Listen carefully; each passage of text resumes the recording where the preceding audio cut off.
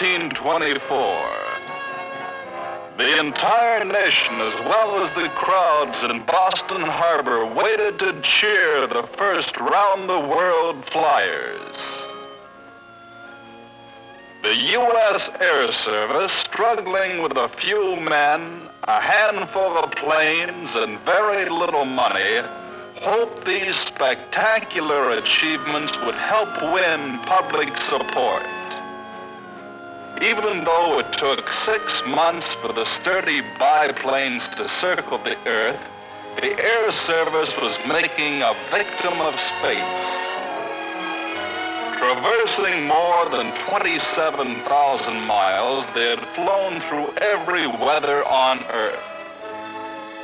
The conquering heroes, led by Lieutenant Lowell Smith, succeeded where all others had failed and at long last returned home.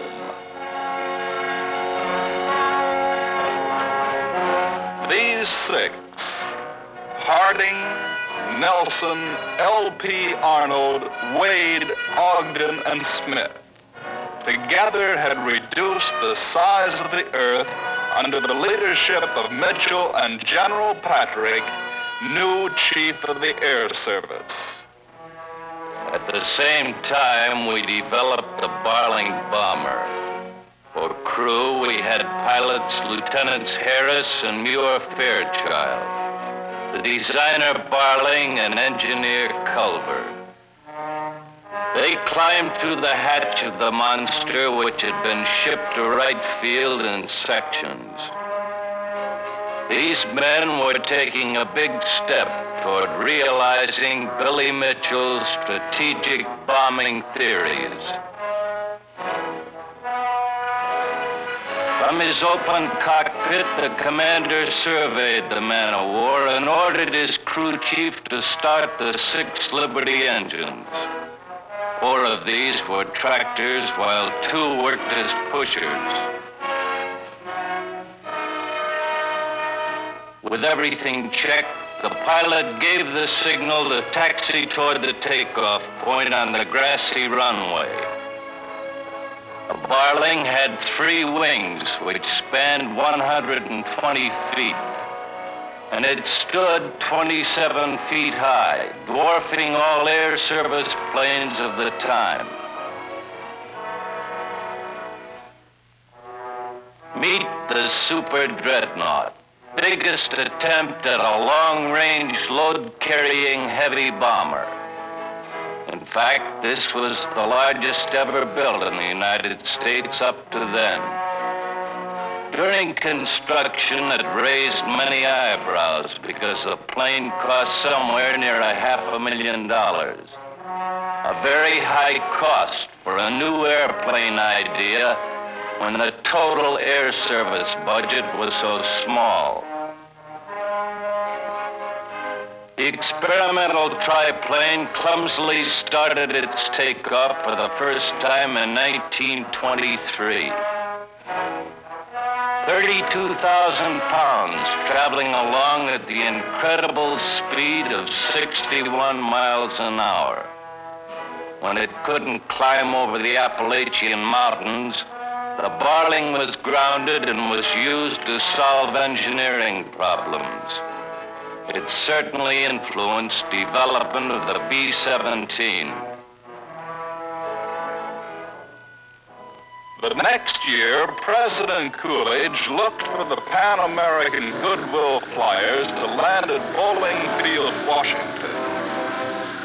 After they had flown 22,000 miles and had visited 25 sister republics, Major Herbert Dargill and his crew were welcomed back to the U.S. The President awarded each flyer a Distinguished Service Cross certificate in a ceremony attended by the Cabinet. The new Air Corps chief congratulated the flyers, including future Air Force generals Lieutenant Ennis Whitehead and Captain Ira Aker. Thus, the Air Corps had demonstrated its diplomatic value to the nation.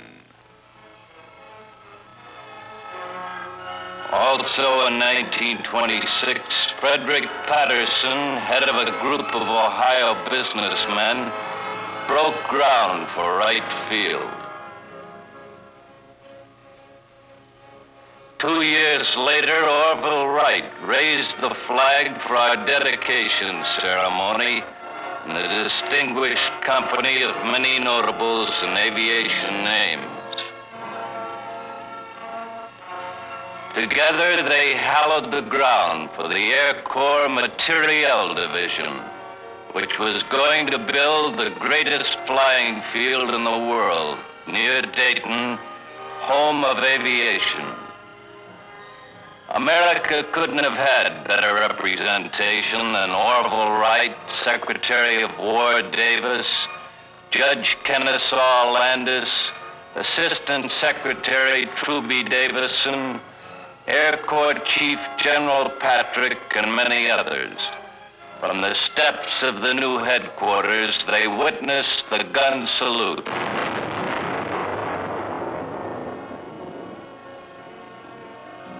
Squadrons of the latest planes passed in review and hailed Wright Field.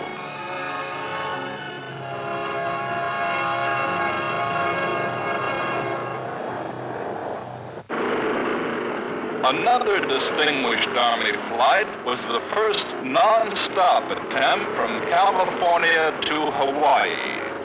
Ground crews carefully prepared the huge tri-motor Air Corps monoplane called the Bird of Paradise. She was going to fly an untried course mapped out by Lieutenants Maitland and Hagenberger. Oakland airport crowds applauded the two Army flyers as they gunned their engines and started off down the long runway. Hundreds of gallons of gas made a heavy and dangerous load. Finally, the Bird of Paradise lifted itself off the earth and headed for 2,400 miles of nothing but ocean. Navigation was the chief problem. Using instruments he had designed and developed himself, Hagenberger guided Maitland straight to their goal, an island in the vast Pacific.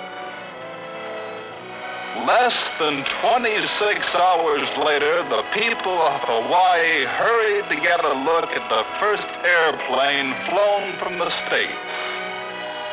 Maitland and Hagenberger had made it.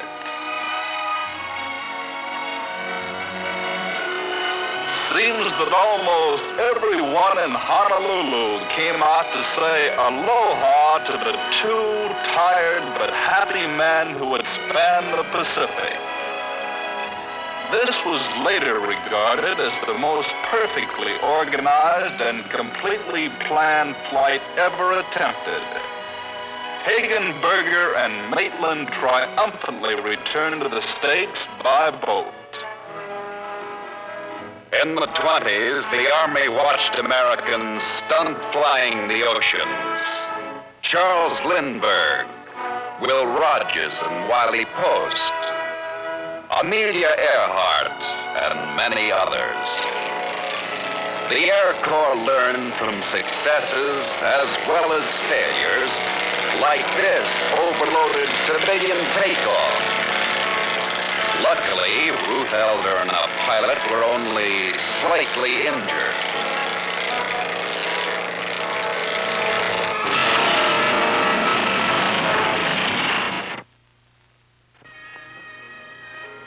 In the search for greater range, very important to air defense, we sent up the famous question mark to try mid-air refueling. Another in the Army's never-ending chain of experiments. The idea was as simple as tapping a beer barrel at 70 miles an hour. First, the tanker plane let down a gas line. After a crewman aboard the question mark caught the hose, contact was made. This was done 43 different times in order to transfer 40 tons of gas, oil, food, batteries, and supplies. 9 of these delicate contacts were made at night. In all, 5,660 gallons of gasoline and 245 gallons of oil were transferred by this air-to-air refueling method. After completing a transfer, a question mark threw off the gas line, which was then pulled back into the tanker plane. The experiment continued successfully for nearly a week, breaking every endurance record known. When the question mark finally came down, it proved that a plane could fly 11,000 miles without stopping, and that U.S. Air Corps flight training was the best. Major Carl Spaatz and his crew, including 2 other future Air Force generals, were the champion endurance flyers of their time.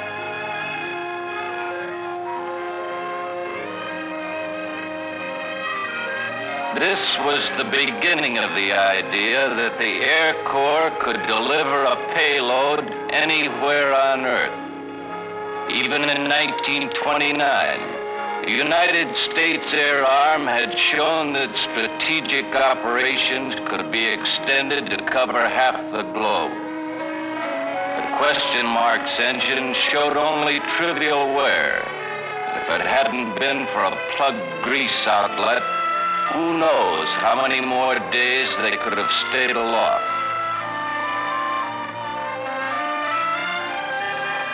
The rugged 5-man team was made up of Staff Sergeant Huey, Lieutenant Pete Quesada, Lieutenant Harry Halverson,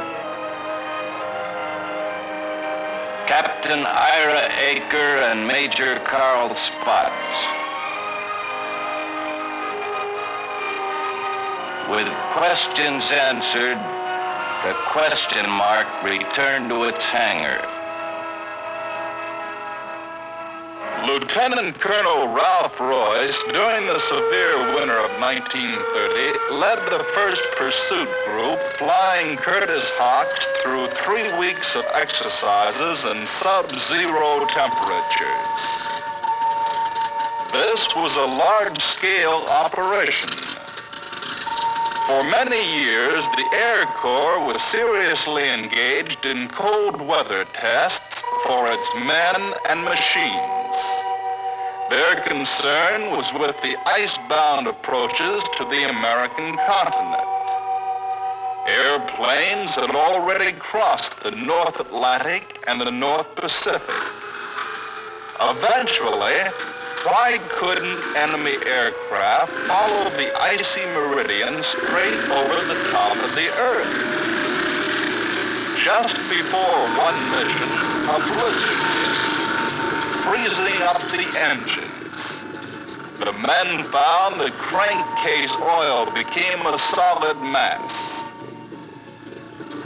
Maneuvers such as these demonstrated the vital need for a cold weather testing program. Skis were welded to the ice. Nevertheless, the crews persisted and they got the planes ready to fly. Under the most difficult field conditions and working in frigid temperatures without de-icers, without electrically heated suits, and in open cockpits, the Army Air Corps trained to defend America.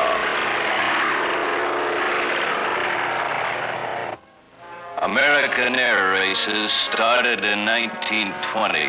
And continued to focus public attention on flying for 19 years. Remember the 1925 Pulitzer contest? Our entry was a Curtiss Hawk. General Patrick instructed Lieutenant Bettis as Jimmy Doolittle looked on. The Navy's entry was the same, except for the paint job and the pilot. Lieutenant Al Williams held the speed record and was confident of success. Bettis was the first to take off.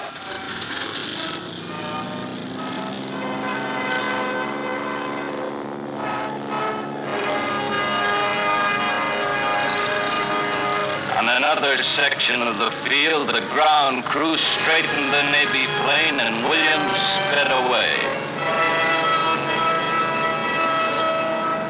There goes the Army.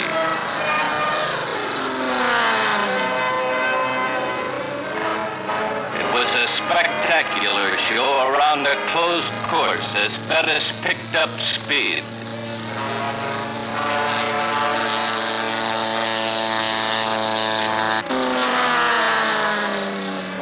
First he equaled Williams' old record, then he went even faster.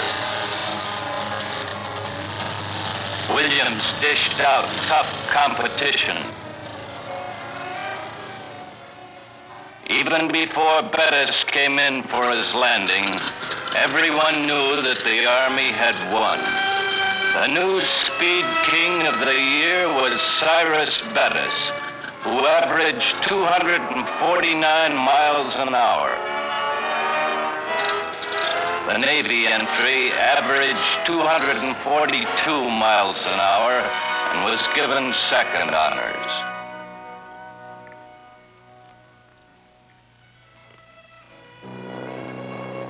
Two weeks later, in the Schneider International Seaplane Race at Baltimore, Army was represented by Lieutenant Jimmy Doolittle. The Navy was in this one, too. They both flew Hawks fitted with floats. Britain entered a Napier. Italy, a Machi. The float planes took to the sea.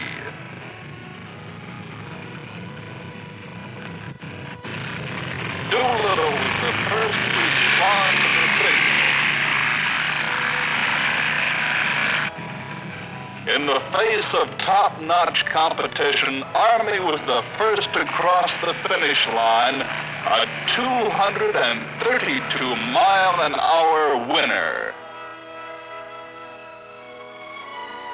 Cleveland air race crowds loved the Army maneuvers. The 1st Pursuit Group and the 17th Attack Group in spectacular operations.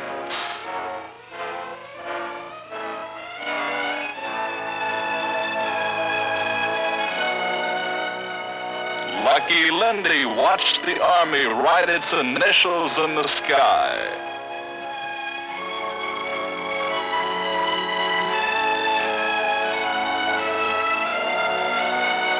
During the 20s, the Air Corps proved the airplane was more than a weapon. Although Army flyers had cut time and distance by flying higher, longer, and faster, this period was a constant struggle for recognition. These flights made Americans think about air power.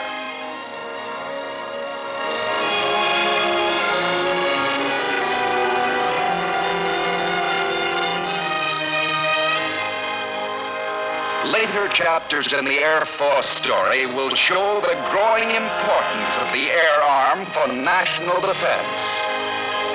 The uniting of the new power with America's great industrial capacity made it possible to prepare for the future and to speed the growth of the United States Air Force.